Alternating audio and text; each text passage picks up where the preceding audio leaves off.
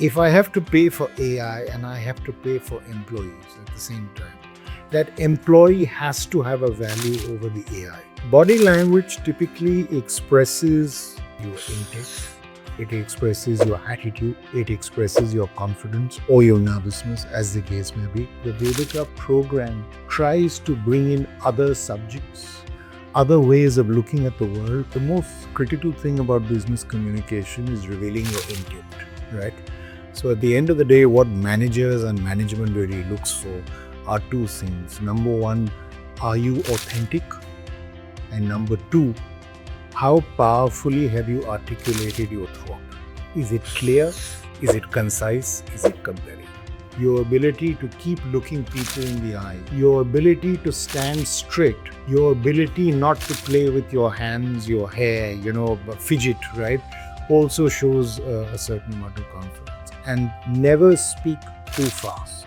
It also shows a lot of nervousness. Being able to pace your voice and using studied silences also, right, at certain times for people to ingest what you've said. So you're giving them the benefit of doubt.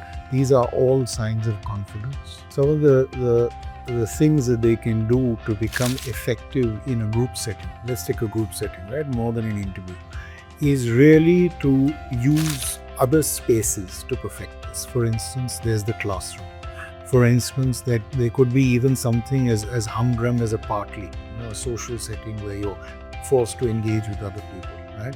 The more you engage with people, if you suddenly become comfortable engaging with your family, engaging with your classmates, engaging with your teachers, engaging with vendors on the street, right?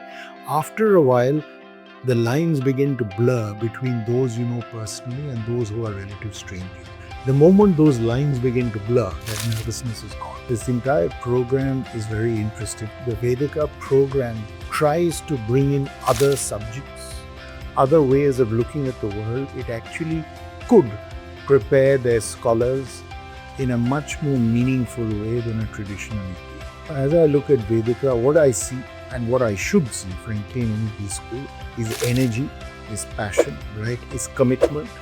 Certainly they're smart, certainly they're articulate. I think if you ask me, first time, you're applying for a first time job, that's what we look for. To really differentiate yourself, you need to involve yourself in reading and writing, because that's when the employers realize that beyond AI, you add that value, you polish it, you correct it, you actually supercharge it.